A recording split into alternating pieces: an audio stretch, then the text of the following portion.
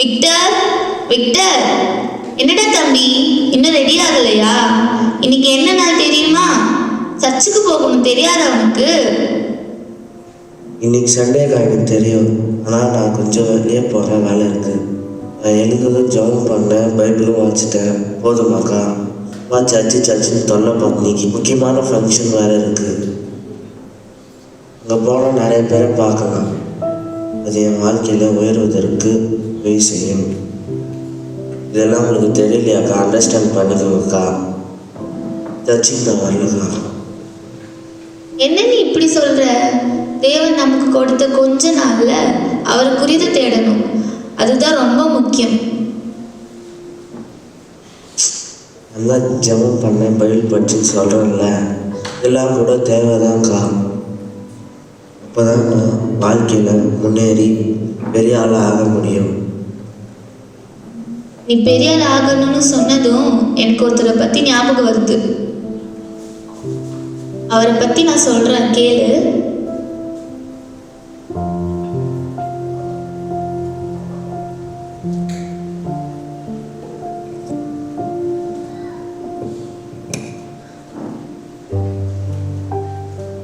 Charles Thomas stud, இவரை CD stud என்றும் அழைப்பார்கள். அவர் 1860வது வருடத்தில் பிறந்தார். எட்வர்ட் ஸ்டட் என்பவரின் 3 மகன்களில் ஒருவர் இவர். இவர் படிக்கும் காலத்திலேயே கிரிக்கெட் விளையாட்டில் மிக சிறந்த வீரராக இருந்தார். பின்பு அவரின் 19வது வயதில் இங்கிலாந்து அணி கேப்டனாக இருந்து மிகவும் உலக புகழ் வாய்ந்தவராக இருந்தார். அந்நாட்களில் ஜனங்கள் அவருடைய ஆட்டத்தை பார்க்க திரண்டு வந்தவர்களாக இருந்தனர்.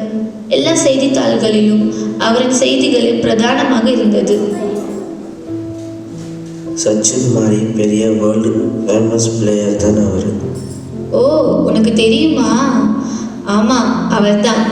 ஒரு நாள் அவர் விளையாட போகும்போது டிஎல் மூடி என்ற பிரசங்கியாளர் ஒருவரை அவர் சந்தித்தார். அவர் சிடி ஸ்டட்டிடம், நீங்கள் ஒரு பெரிய கிரிக்கெட்டர்னு கேள்விப்பட்டேன். உங்களை பார்த்ததில் ரொம்ப சந்தோஷமாக இருக்குது. ஆனால் ஆண்டவராகிய இயேசு கிறிஸ்து நீங்கள் ரட்சகராக ஏற்றுக்கொண்டிருக்கீங்களா? இயேசு கிறிஸ்து யார் என்று தெரியும். ஆனால் இங்கே கேட்கிறபடி ரட்சிப்பு என்பதெல்லாம் தெரியாதே. அதற்கு பின்பு டிஎல் மோடி இயேசு கிறிஸ்துவை பற்றியும் அவர் மூலமாய் நாம் அடைய வேண்டிய ரட்சிப்பை பற்றியும் சுவாசத்தின் மூலமாய் அடையக்கூடிய நித்திய ஜீவன் பற்றியும் போதித்தார். அப்பொழுது சிடி ஸ்டட் தன்னுடைய கிரிக்கெட் விளையாட்டும் அதன் மூலம் வரும் பணமும் மகிமையும் நித்தியத்திற்கு ஈடாகாது என்பதை உணர்ந்து கொண்டு தன் வாழ்க்கையை ஆண்டவராகிய இயேசு கிறிஸ்துவுக்கு ஒப்பு கொடுத்தார். உடனே, ஆண்டவரே நன்றி, ரட்சிப்பின் செய்தி அறிந்தேன். மறுபடியும் பிறந்த மாத்திரத்தில் நாளில் தானே சந்தோஷத்தின் சமாதானத்தையும் அடைந்தேன். மரண தருவாயில் இருந்த தன் சகோதரனை சந்தித்த போது சிடி ஸ்டட் சொன்னது,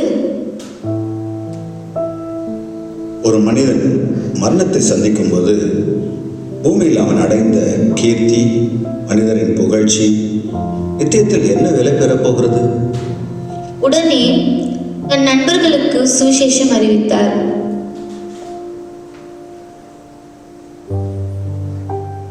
தன் நண்பர்களோடு சேர்ந்து ரட்சிக்கப்படாத ஜனங்களை சந்தித்து சுவிசேஷம் சொன்னார். அப்போ அவர் சொன்னதை கேளு. இந்த உலகில் எல்லா இன்பங்களையும் நான் ருசித்திருக்கிறேன்.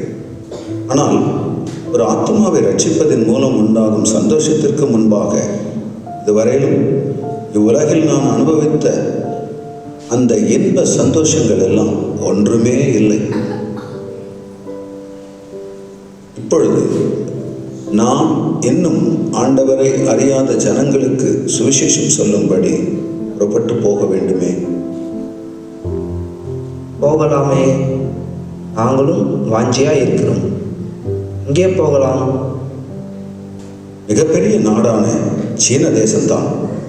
இங்குதான் அதிகமான ஜனங்கள் இருக்கிறார்கள். அவர்கள் ஆண்டவராகிய இயேசு கிறிஸ்துவை அறியாமலேயே வாழ்ந்து கொண்டிருக்கிறார்கள். சீனாவா? அப்போ இங்கே இருக்கிற உன்னுடைய பணம், புகழ் எல்லாம் நீ விட வேண்டியதாக இருக்குமே. உன்னை விட நல்ல கிரிக்கெட் பிளேயர் யார் இருக்கிறாங்க? விளையாட வேண்டும் என்ற விருப்பத்தை விடப்போறையா? ஆமாம், என் ஆண்டவர் எனக்காக தன் ஜீவனையை கொடுத்தாரே. இவ்வுலகில் அதற்கு ஈடாக எது இருக்க முடியும்?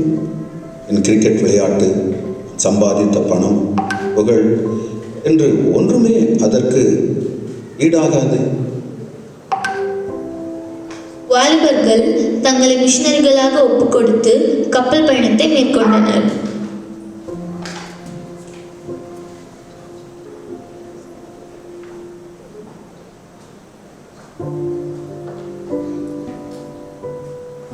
சீன மண்ணிலே கால் பதித்தவர்கள் சுவிசேஷத்தின் நிமித்தம் அங்கு இருந்த மொழி மற்றும் கலாச்சார தடைகளை அறியாதிருந்தனர். அங்கிருந்த ஜனங்கள் அவர்களை பரியாசம் பண்ணினர். அந்நிய தேவர்களை தங்கள் தேசத்துக்கு கொண்டு வந்தார்கள் என்று குற்றச்சாட்டப்பட்டனர். தங்கள் பாரம்பரியத்தை இந்த மிஷனரிமார்கள் அழித்து விடுவார்கள் என்று பயந்தார்கள். அவர்களை சபித்தார்கள். அதனால் அங்கே சுவிசேஷத்தை அறிவிக்க வேண்டுமானால் தேவனை சார்ந்து கொள்ளவும் தாழ்மையாக இருக்க வேண்டும் என்பதை உணர்ந்து கொண்டு ஜெபித்தார்கள்.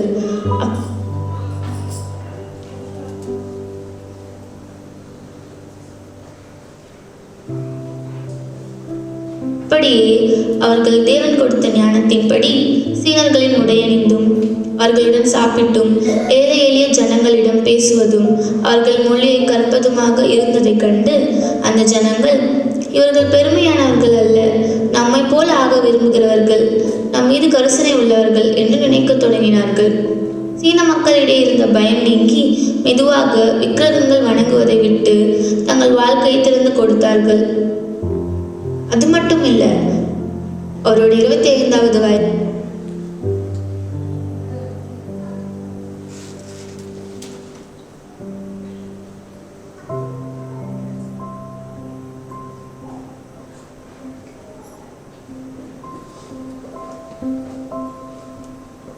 இதில் ஒரு அதிர்ஷ்டம் காத்திருந்தது. தன்னுடைய தந்தையின் ஆஸ்தியின் மூலம் அவருக்கு 29,000 பவுண்டுகள் கிடைத்தது. அந்த சமயம் மீண்டும் இங்கிலாந்தில் ஒரு வசதியான வாழ்க்கை வாழக்கூடிய சந்தர்ப்பமாக அது இருந்தது. ஆனால் அவரோ இந்த உலகத்துக்கு உரியவராய் இல்லை. அதிக ஜபத்திற்கு பிறகு தன்னுடைய எல்லா சொத்தையும் கிறிஸ்துவுக்காகவே அர்ப்பணித்தார். 3 வருட சீன மிஷனரி வாழ்க்கையில பிரிசில்லா என்னும் அம்மையாரை திருமணம் செய்து கொண்டார். தன்னிடமிருந்து கொஞ்சம் பணத்தை தன் மனைவியிடம் கொடுத்த போது அவருடைய துணைவியார் சிடி ஸ்டட்டை நோக்கி, நம் ஆண்டவர் இயேசு கிறிஸ்து அந்த ஐஸ்வர்யமான வாலிபனிடத்தில் சொன்னது என்ன? எல்லாவற்றையும் விற்று கொடுத்துவிட வேண்டும் என்று சொன்னார் அல்லவா? நாமும் கூட அப்படியே செய்வோம். அந்த பணத்தையும் ஆண்டவரின் ஊழியத்திற்கே கொடுத்து விடலாம். 10 ஆண்டுகள் கழித்து இனியும் சீன தேசத்தில் ஊழியம் செய்ய முடியாது என்கிற நிலைக்கு சிடி ஸ்டட் உடல்நிலை பாதிக்கப்பட்ட போது மீண்டும் இங்கிலாந்து தேசத்திற்கு திரும்பி போனார்கள். மேலும் சில ஆண்டுகள் கழித்து இந்தியாவின் தென் மாநிலங்களுக்கு ஊழியம் செய்ய வேண்டும் என்று தீர்க்கமாய் உணர்த்தப்பட்டார்கள். இந்திய தேசத்திலே சீன தேசம் போல ஆண்டவரை முழுமையாய் அறியாதவர்களாய் இல்லை.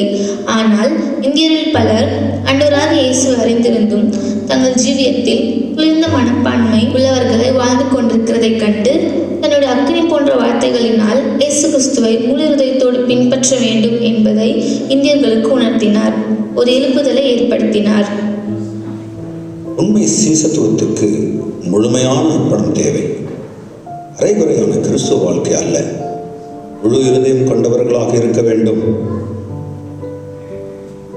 நம்ம உண்டு, நம்ம கிறிஸ்துவ வாழ்க்கை உண்டு என்று இருக்கக்கூடாது. பிறரை குறித்து கவலை இல்லாமல் வாழக்கூடாது. அப்படிப்பட்ட ஒரு வாழ்க்கை அவிசுவாசம் உள்ள ஒரு வாழ்க்கை. சிறு சிறு குழுக்களை உருவாக்கினார். அவர்கள் முழு விலைக்கிரயம் தந்து தங்களை அர்ப்பணித்து கிறிஸ்துவை பின்பற்றினர். பாரம்பரியம் அவர்களுக்கு தடையாய் இருந்ததில்லை. 1906ஆம் ஆண்டு அவருடைய உடல்நிலை இன்னும் பாதிக்கப்பட்டபடியினால் இங்கிலாந்து தேசத்திற்கு திரும்பினார்கள். தனது 50வது வயதில் உடல் நலம் முற்றிலும் பாதிக்கப்பட்டது. ஆஸ்துமா, மலேரியா, காலரா மற்றும் பல வியாதிகளால் பெரிதும் பாதிக்கப்பட்டார். அப்படிப்பட்ட சூழ்நிலையிலும் தேவன் அவரை ஆப்பிரிக்க கண்டத்தின் காங்கோ தேசத்திற்கு ஏன்னா இந்தியாவை விட ஆப்பிரிக்கா இன்னும் மோசமான தேசமாச்சே. அங்கே மனிதர்களே சாப்பிடுவாங்களே, அங்கேயா போனார்?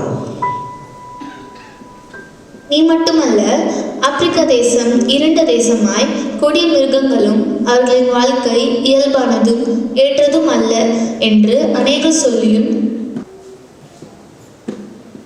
உங்களுடைய ஆரோக்கியம் மிக மோசமாக உள்ளது. ஆப்பிரிக்கா போன்ற தேசத்திற்கு போனால் உங்கள் நிலைமை இன்னும் மோசமாகிவிடும்.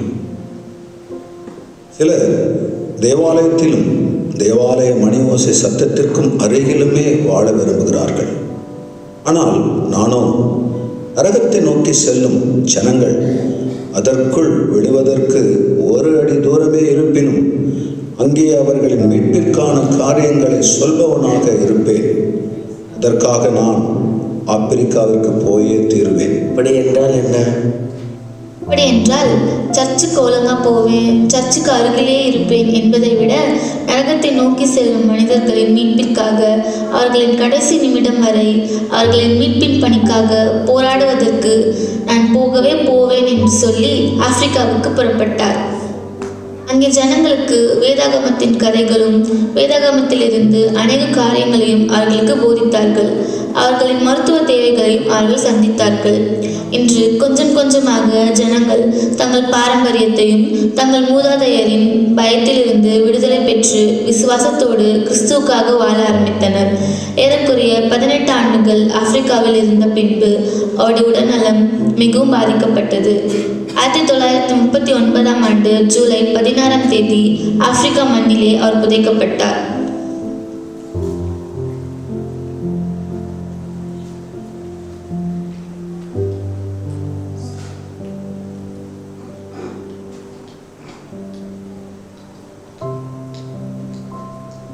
எப்படிக்கா அவரால் இப்படி வாழ முடிந்தது?